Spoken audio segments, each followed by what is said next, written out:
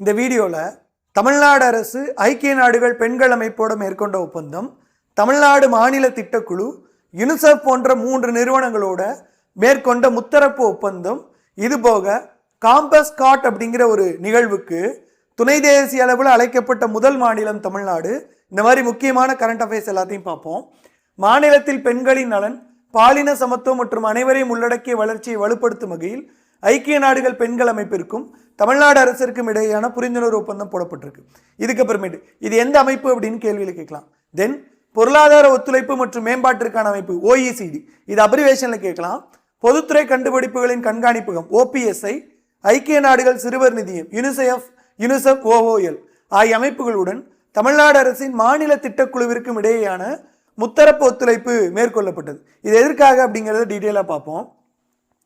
ஸ்வீடனில் இருக்கிற ஐக்கிய நாடுகள் சிறுவர் நிதியத்தின் புத்தாக்க அலுவலகம் உலகளவில் தமிழ்நாட்டினை துணை தேசிய அளவிலான முதல் மாநிலமாக தேர்வு செய்து, தேசிய அளவிலான நாடுகளை தேர்வு செய்வாங்க, துணை தேசிய அளவில் ஒரு மாநிலத்தில் தேர்ந்தெடுக்கிறது இதுதான் முதல் முறை.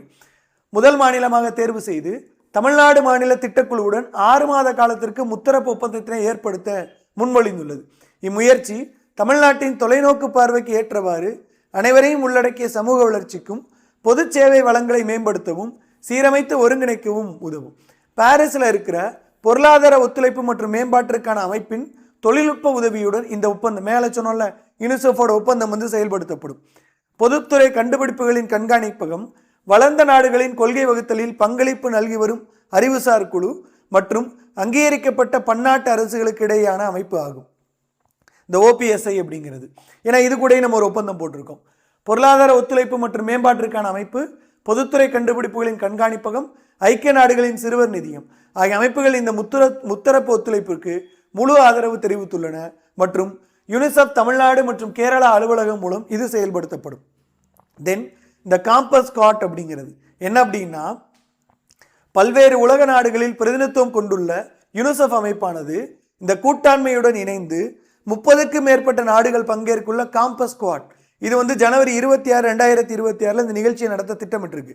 இந்த நிகழ்வில் பங்கேற்க துணை தேசிய அளவில் தமிழ்நாடு மாநிலம் அழைக்கப்பட்டது. இதுவே முதல் நிகழ்வாகும். இது சர்வதேச தளத்தில் தமிழ்நாட்டின் அரசு துறைகளின் நிர்வாக புதுமைகளை வெளிப்படுத்த ஒரு நல்வாய்ப்பை வழங்குகிறது. இது சிம்பிளாக என்ன அப்படின்னா, தமிழ்நாடு அரசாங்கம் மேற்கொண்ட ஒப்பந்தம், தமிழ்நாடு மாநில திட்டக்குழு மேற்கொண்ட ஒப்பந்தம். இதை வச்சு நம்ம என்ன சொல்கிறோம் அப்படின்னா, தமிழ்நாடு அரசாங்கம் இந்த துறைகளில் சிறப்பாக செயல்படுத்திட்டு வருது, அது அந்த முத்தரப்பு ஒப்பந்தம் அங்கீகரிக்குது அப்படின்னு சொல்லிக்கலாம். காலக் அகாடமியோட GS batch 1899, Tamil batch 1333. Thank you.